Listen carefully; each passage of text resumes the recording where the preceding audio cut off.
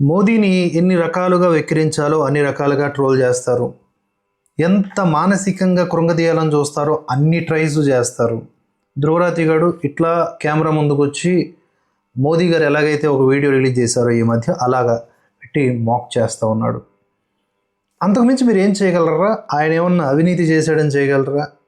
ఆయన ఏమన్నా పిల్లల కోసమో లేకపోతే వాళ్ళ కుటుంబం కోసమో దోచిపెడుతున్నాడు అని చెప్పగలరా? ఏం చెప్పలేరు మీరు.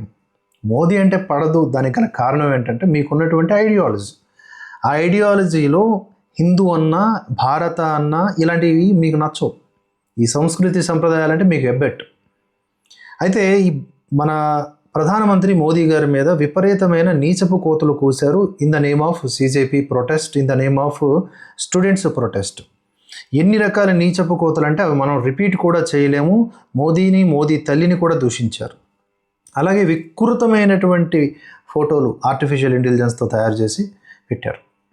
ఎల్జీబీటీక్యూ అంటే మేరా లింగ్ మేరా మర్జీ అని ఏదో పిచ్చివాగుడు వాగుతారు కదా, వాళ్ళు కూడా ఆ బ్యాచ్ కూడా మోదీని ఒక అమ్మాయి గెటప్లో పెట్టి ఒక ప్లే కార్డు ప్రదర్శించారు. అరే మేరా లింగ్ మేరా మర్జీ అనేవాళ్ళు దాని అర్థం ఏంటి? అసమానతలు వద్దు, ఇన్ ద నేమ్ ఆఫ్ లింగ భేదాలు అని చెప్పేసి అనేవాళ్ళు కూడా మోదీని ఒక స్త్రీగా చూపించి అంటే తక్కువ చేయాలనుకో, అంటే స్త్రీ అంటే తక్కువ, ఇలా వాళ్ళ మైండ్ సెట్ ఉంటుందన్నమాట. దీన్ని ఎప్పటికప్పుడు మనం వాళ్ళని ఎద్దేవా చేసినా వాళ్ళ సిగ్గు లజ్జలు అలాంటివి ఉండకపోయినా మోదీ గారు ఎలా రియాక్ట్ అవుతున్నారు ఇలాంటి వాటికి అనేదానికి రీసెంట్గా ఆయన చేసిన 2 కామెంట్స్ 2 వీడియో బీట్స్లో చూపిస్తాను, చూడండి. ఫస్ట్ ఆఫ్ ఆల్ ఆయన పార్లమెంట్ సాక్షిగా మాట్లాడారు. तमाशा करने वालों को क्या खबर, तमाशा करने वालों को क्या खबर, हमने कितने तूफानों को पार कर दिया जलाया. ఎగతాళి చేసేవాడికి ఏం తెలుస్తుంది? మేము ఎన్ని ఎన్ని ఎన్ని ఆటంకాలు దాటి ఎన్ని చీకట్లను పారద్రోలి వెలుగులోకి వచ్చాము అనే విధంగా ఆయన ఒక సూక్తి చెప్పారనమాట. ఒక్క డైలాగ్తో అదిరిపోయిందిగా. ఇంకొకటి చూడండి.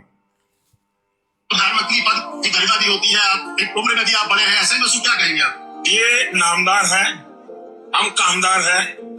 एक गरीब माँ का बच्चा जिंदगी भर गालियां सुन सुन करके यहाँ आया है, और इसलिए मैं ऐसे लोगों के लिए एक शब्द नहीं कहूंगा, इतना ही कहूंगा वे नामदार है, हम कामदार है.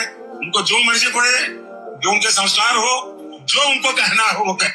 की भाषा का इस्तेमाल करना. మీ పట్ల అనుచితమైన భాషా ప్రయోగం చేస్తున్నారు కదా, వాళ్ళ గురించి మీరు ఏమంటారు అంటే వాళ్ళు నామదారులు, పెద్ద పేరున్నోళ్ళు, లేకపోతే వాళ్ళు పేరు కలిగిన వాళ్ళు. నేను కామ్దార్, నేను శ్రామికుడిని, నేను కష్టజీవిని, నేను అలాంటి ఒక బ్యాక్గ్రౌండ్ నుంచి వచ్చాను, నేను అలాంటివి చిన్నతనం నుంచి పడుతూనే ఉన్నాను. కొత్తగా ఏమీ వీళ్ళు నన్ను తిడుతున్నది కొత్త ఏం కాదు. కనుక వాళ్ళ ఇష్టం, వాళ్ళ సంస్కారం అది అని అన్నారే తప్ప నన్ను తిట్టినోడిని లోపలేస్తా, నన్ను తిట్టినోడిని నరికేస్తా అని వీళ్ళందరూ అంటారు కదా, నియంత అని. మరి మోదీ నియంత అయితే ఈ విధంగా స్పందిస్తారా? ఆయన పని ఆయన చేసుకుంటాడు.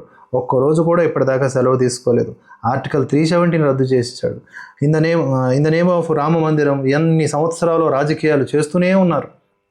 ఈ ధ్రువరాతిగాడే అన్నాడనమాట, బీజేపీ వచ్చింది కదా అధికారంలోకి, మరి ఇప్పుడు ఎందుకు రామ మందిరం కట్టట్లేదు అంటే, మీకు రామ మందిరం కట్టకపోవడమే కావాలి, దాని మీద రాజకీయాలు చేయాలి అని చెప్పేసి వాగాడు. కట్టిన తర్వాత ఏమో మొత్తం మోదీనే ఉన్నాడు, వేరే వాళ్ళు లేరు అనేలాగా మాట్లాడారు. అంటే ఎంత దిగజారుడు బతుకులు చూడండి. ఎన్ని రిఫార్మ్స్ చేశారు.